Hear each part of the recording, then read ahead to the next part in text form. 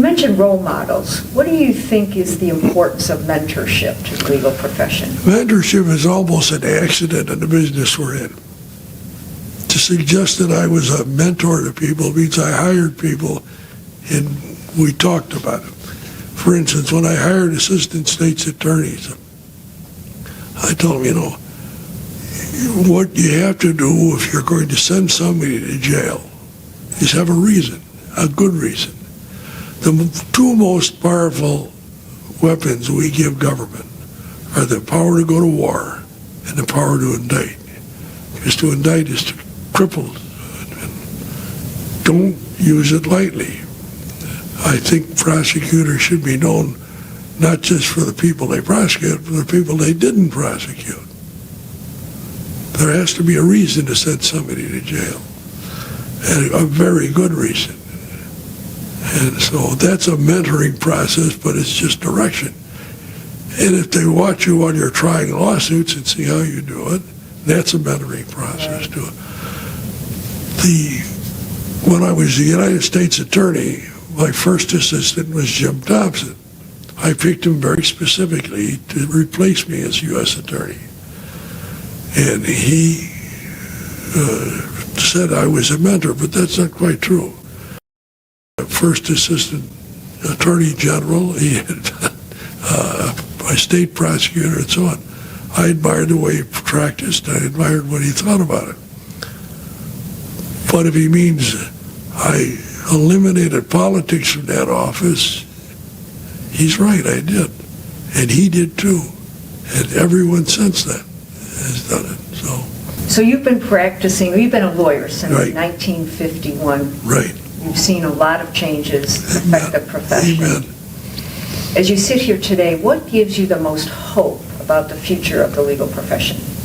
Law students, believe it or not, because they really believe most of the law students I've encountered are sincerely in the business to do better, do good, to make it a better world to live in. And that should be the ambition of all of us, not just lawyers, but lawyers have a particular obligation because the structure of America is built on a rule of law, the Constitution. And if you don't believe in what the Constitution says, then why are you here? And where will it all end? Here, the Constitution in the beginning of the Constitution sets out what the government can do. And then came the 10 amendments that were the Bill of Rights that said what the government can't do. But those are not self-executing documents. Somebody has to make them work.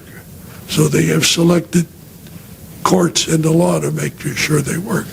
So that we are the freest nation in the world because we have more lawyers than any place in the world who insist that the words mean what they say. And judges have to abide by it. Everybody has to abide by it. Courageous lawyers standing in front of courageous judges and saying what it says. We have a right to be free. We have a right to speak, to print, to do what we want, to be free from unlawful intrusions, and that it works. One of the things that people don't understand about lawyers is why they can represent somebody who espouses a cause they don't believe in. And the answer is because they're supporting his constitutional rights, he or she. And if we start deciding which constitutional rights or who has the right to be constitutionally protected, then we're doomed. Because I don't think you could contemplate a place where we only will give rights to people who are not guilty of crimes, who we have decided that if they're guilty, to beyond the pale and so on. You have to follow the rules. You've given a lot of words of wisdom through the course of this interview, but I'm just wondering, do you have anything else that you would like to say, or you would say to your grandchild or a friend who's contemplating a career in the law? Words of wisdom. This is a wonderful profession. We are the spokesman for the inarticulate, I said, for the abused mother, for the children who are being abandoned, for those who are accused of crime, to those who are being cheated, and we are there to help straighten it out, to bring justice, which brings happiness by and large, except to those who have violated the rules. And we do it. It's a grand profession. We should be nice to each other because we're all engaged in that endeavor, which is not only worthwhile, we are the models for the whole world in that. And if we're down, we're sunk. One last question, Judge Bauer. How would you like to be remembered in terms of your professional reputation? As a good lawyer, a very good lawyer, and as a very good judge, but mostly Ball as a decent man. That's what I'd like to be remembered as. I am sure you will be. I hope.